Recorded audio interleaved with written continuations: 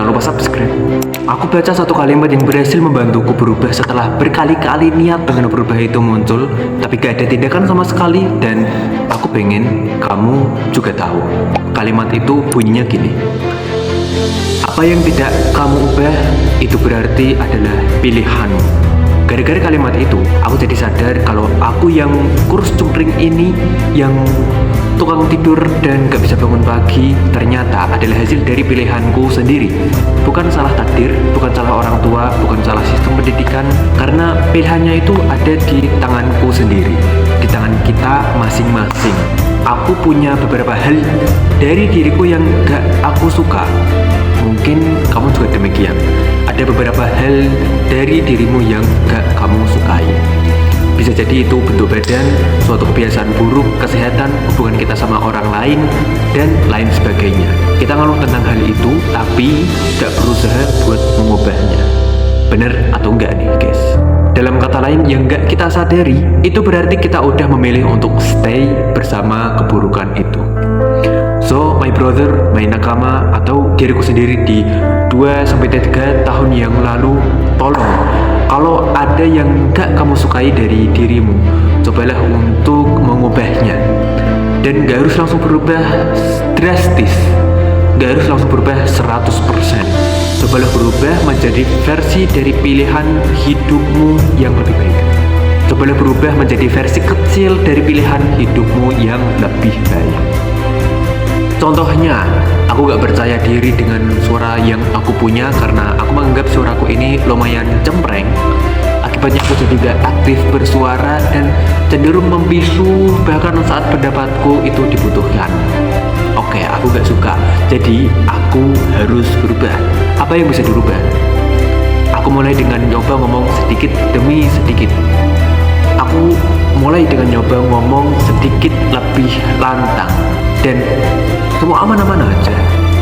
Lalu aku mulai sedikit demi sedikit yakinin diriku sendiri bahwa gak ada yang salah sama suaraku. Buktinya, gak ada kendang telinga yang pecah. Akhirnya, lama-kelamaan aku bisa tegas saat ngomong. Walaupun di beberapa situasi tiba-tiba gak pede lagi dan volumenya cenderung turun. Di beberapa waktu yang lain, justru aku merasa suaraku ini malah menjadi keunikan tersendiri untukku.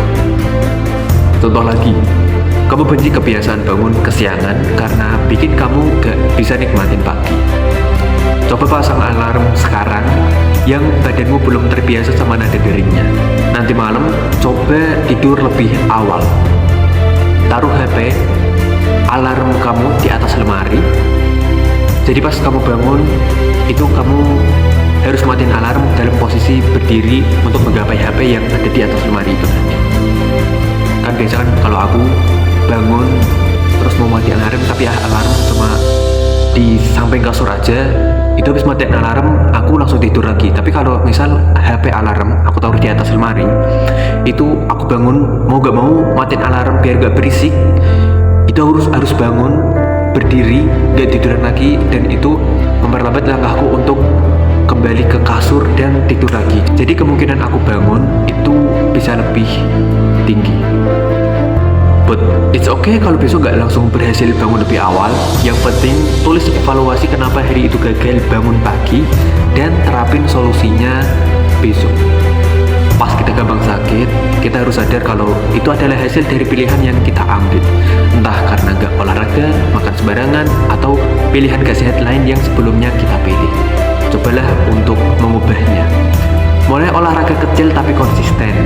Aku sendiri olahraganya cuma push up, back up, squat, dan itu pun repetisinya bisa dihitung pakai jari. Mungkin cuma puluhan, atau bahkan kadang cuma 10 dan nggak lebih dari 10 kadang bisa. Tapi aku ngelakuin itu setiap hari. Fungsinya apa? Fungsinya buat kita membentuk kebiasaan dulu, dan saat kita mau mengembangkan kebiasaan itu jadi lebih mudah kalau kita udah punya kebiasaannya. Kemudian ototku pun tumbuh seuprit demi seuprit ini. Tumbuh seuprit demi seuprit, kalah jauh progresnya dibanding temanku yang pergi ke gym. Tapi ngelakuin olahraga dengan cara yang paling sederhana jauh lebih baik daripada kita nggak ngelakuin olahraga sama sekali. Kalau kamu gak suka baca buku, ada pepatah bilang, baca buku adalah kebiasaannya para orang sukses. Entah di mana aku dengar itu, tapi aku dengar itu di mana-mana. Coba beli buku yang judulnya kamu suka. Gak harus beli buku yang berat, tapi pilih buku yang bisa menarik perhatianmu. Dan kamu coba tiap bangun tidur langsung beresin kasur, taruh buku itu di samping bantal, baru setelah itu mandi.